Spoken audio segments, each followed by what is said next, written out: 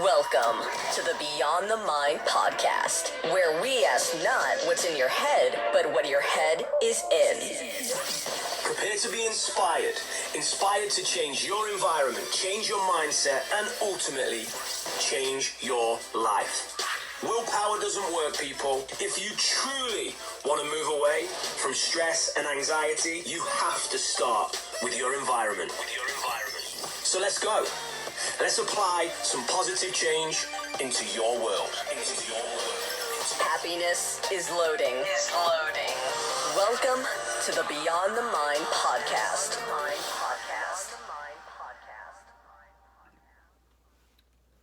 Hello everyone, I'm your host Iain Highfield, and today we are going to be talking about confidence. Why are we going to be talking about confidence? Because it's all a lie. It's a myth. We are chasing something that doesn't exist. We cannot be confident. Confidence is a societal norm. We are made by the media, by television, by hearsay, by general conversation, by everything that we are surrounded by to believe that confidence is the key to success. Well, I'm here to tell you that that is not the case. And I'm going to relate this back to my work first and foremost. And then in true Beyond the Mind fashion, I'm going to help you strive to develop a different mental skill. And I'm going to help you to develop this different mental skill, not confidence, a different mental skill that is more inclined to make you successful through practical application, through changing your environment. We're not just going to talk about it. I'm going to give you a strategy that you can apply to your daily habits that will help you move away from frustration towards fulfillment, ultimately take control of your life and be happier. But before we do that, let's talk confidence. Why is it a lie? Why is it a myth? Why is it just a societal norm? And why are we conditioned to chase it? Well, in my role as a sports performance coach, my goal is to help prepare athletes for optimal performance. And the way that I do this, I help them think a certain way, and I help them practice a certain way. And what I do is I create practice environments that are very demanding. These environments are designed to load stress onto the athletes that I work with so they learn to deal with stress. And then when they go to perform, when they're in the performance arena, they've got mental representations of not only dealing with stress, but also handling tasks that are actually harder than the sport that they're going to compete in. So this sets them up for optimal performance or sets them up for success. Now, recently I haven't been able to do that. I can't go to the golf course. I can't go to the football field. I can't go to the squash court because we're on lockdown. So a lot of my coaching has been through webinars and through calls. So I haven't actually really been able to practice what I preach. I haven't been able to create games and tasks and environments and allow them to do the teaching. I've had to try and do some of it myself through webinars and phone calls. And the biggest thing I'm getting asked by the athletes that I work with is confidence. How am I going to have any confidence? I haven't practiced. I haven't seen the team. I haven't played. When is this going to end? When is this going to start? I don't know what's going on. I want confidence. And simply confidence is a belief that you can be successful, a belief that you can successfully perform a desired behavior. That's it. That's all confidence is. Do you believe you can successfully perform a desired behavior? And it comes from many different sources. It can come from our own achievements. It can come from cultures that we're exposed to. It can come from personality. It can come from demographics. It can come from our social climate. It can come from modeling others. If we see someone that we know achieve something, like when Roger Bannister achieved the first 4-minute mile, other people then achieved the 4-minute mile. They modeled him because they started to believe, well, if he can do it, I can do it. So confidence is quite simply a belief that you can successfully perform a desired behavior.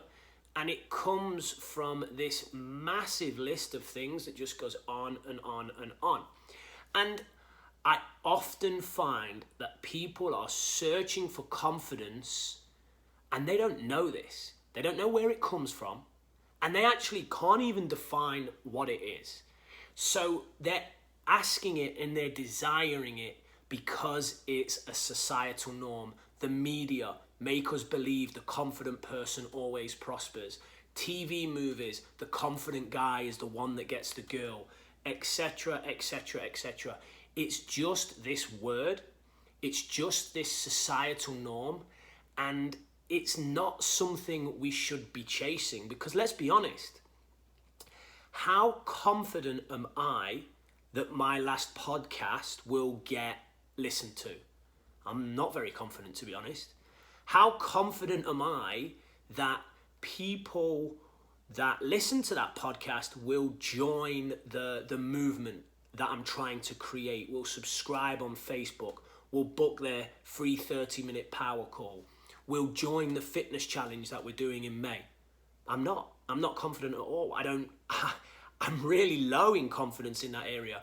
I've done 10, 11 podcasts in my life. I've got a small following, so I'm not confident. What I am is willing to deal with adversity. I am willing to have no one subscribe. I am willing to have no one listen. And I am willing to have people critique me, and I'm willing to continue. That is more important than confidence. Let's apply it to today's life. Not just my podcast. Let's apply it to the day where generally most of us are on lockdown. Most of us are engaging in social distancing. How confident are you that this is going to finish in the next 2 weeks? How confident are you that this is going to finish in the next 6 weeks? How confident are you that you'll get back to work and be able to afford your mortgage payments, be able to reopen your business? How confident are you that you're going to get this loan from the government that's been promised? We can't be confident. We can't be, because we don't know. So a lot of the time, people are searching for something that isn't the key to success. The key to success, I've said it before and I'll say it again, is the ability to deal with adversity. So therefore, that is what we should be searching for, and that is what we should be striving for and building into our habits and building into our environment. Now, often people that are searching for confidence, let's take sport for an example. Visualize hitting every fairway on the golf course. Visualize making every single putt that you face. Business people, walk into the meeting, visualize it going the way that you want it to go. Visualize the song, playing the song if you're a musician without making any errors whatsoever. Visualize this idealistic, perfect outcome, and you will gain confidence. Nope, not a good idea, not a good strategy, because as Rocky says in one of his movies, life is not all sunshine and rainbows. It will beat you to your knees if you let it. It's not about how hard you can hit, it's about how hard you can get hit and keep moving forward. So let's listen to Rocky.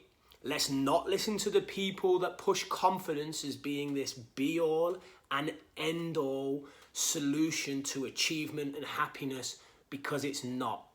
The ability to deal with adversity is the key. That is the absolute key to pushing through in life, feeling fulfilled, moving from frustration to fulfillment, and being happy. Now, How do you apply that into your environment? What is the practical way to achieve the ability to deal with adversity? Well, think of what I said about confidence. How do people often try and teach confidence using imagery? Visualizing that perfect shot, visualizing that perfect meeting, visualizing playing the music perfectly. Let's just flip that on its head. So if you want to be successful, apply this into your life. Apply what I'm about to teach you into your daily habits. 1 minute in the morning, 1 minute in the evening, 30 seconds before you go into a meeting, 2 minutes in the locker room before you run onto the pitch, 5 minutes in your hotel room before you walk onto the golf course. Visualize yourself reacting positively to adversity. Be prepared. Be prepared if you're a golfer to hit it in the trees. It's going to happen during a tournament at some point. It happens to Tiger Woods. It will probably happen to you. So, when the ball goes in the trees, how are you going to walk? How are you going to talk? What are you going to say to yourself? Visualize yourself responding positively to adversity. If you are a salesperson, a corporate executive, when you're in that meeting, visualize yourself getting asked a question that you don't know the answer to. Visualize the CEO with frustration all over their face. How are you going to react positively to that? How are you going to think? What are you going to say to yourself? How are you going to breathe? How are you going to sit in your chair? If you can play that scenario out in your head, you will be way more equipped to deal with any situation psychologically than if you're searching for confidence. Because confidence will go in a second. It will be shattered in that moment. But if you have visualized, if you've used imagery to seek how to deal with adversity, you will live into that picture. You will live into that emotions, and you will be able to deal with that. Because let's be honest, no round of golf goes perfectly. No meeting, corporate meeting goes perfectly. If you're a musician, visualize that bum note that you don't want to hit, but how do you react to that? How does the instrument feel in your hands? How do you slow your breathing down? How do you bring your body temperature back down? How do you get your heart rate back down? How do you sit in the chair? How do you respond to that minute mistake? How do you respond? How are you going to respond to adversity? And in true Beyond the Mind fashion, let's make it really practically applicable to now. So there's 3 scenarios where we're not visualizing the perfect outcome to try and gain confidence. We're visualizing responding to negative situations so we can build the resiliency to deal with adversity, because that is the number 1 psychological skill that successful people have, not confidence. So right now, we're on lockdown. We can't be confident that this is going to end in 2 weeks, in 4 weeks. Nobody knows. So paint the worst picture in your mind. How long are we going to be here? 2 months? 3 months? How much money will you have left in that time? Are you willing to visualize yourself speaking to your children positively? Are you willing to visualize yourself exercising, writing, seeking opportunities when this has gone on for 6 weeks or 4 weeks or 2 weeks more than you thought? Are you willing to visualize yourself doing yoga every morning for the next X amount of days? Whatever it is, we can't be confident that this thing is going to end. But what we can do is visualize ourselves responding positively to the worst case scenario. Now, again, I know that this is maybe not what people want to hear, but if you do this, if you can master your mind through applying into your daily habits, visualizing, responding positively with your body language, your breathing, your self-talk, and however else you would need to respond in situations that are specific to you, if you can visualize positive responses to the worst case scenarios that you can imagine, that is by far going to equip you to be successful than trying to seek for confidence, trying to chase this societal norm that doesn't exist, that we're just led to believe by the media, the press, and the hype of sports commentary and whatever else it is that we read. So, I got fired up for that one. This is actually the first time that I haven't achieved a podcast in the first take, because this one meant a lot to me. Because over the last 12 years, I have seen people seek confidence. I have taught people to try and achieve confidence and certain levels of self-efficacy. And I have gone down that standard route of visualize this and you will get it. Eventually it will come. And it doesn't. We have to listen to those words in the Rocky movie. It's not about how hard you hit. It's about how hard you can get hit and keep moving forward. Know that whatever profession you're in, it's going to hit you. Know that whatever you do in your life, whatever your goals and dreams are, there's going to be adversity on that road.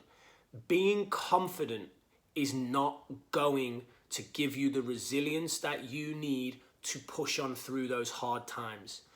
Practically visualizing yourself every day, changing your own environment, taking 1 minute out of your day every day to visualize yourself responding positively to adversity will. So that's the advice from me. Guys, do not chase confidence. It doesn't exist. Start to visualize yourself. See yourself responding positively to negative events. This is absolutely more likely to take you towards your goals and dreams and help you move from frustration to fulfillment. This is one thing that I've applied into my life, and through resiliency, I have found a certain level of fulfillment and happiness. I hope this can do exactly the same for you.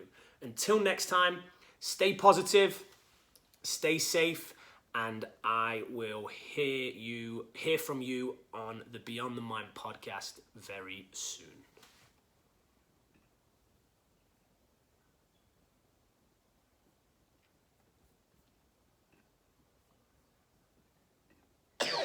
You've just taken a step forward to making a positive change in your life. That's right, you're one step closer to leaving frustration, stress, and anxiety behind. This was the Beyond the Mind podcast. Let's apply some positive change into your world.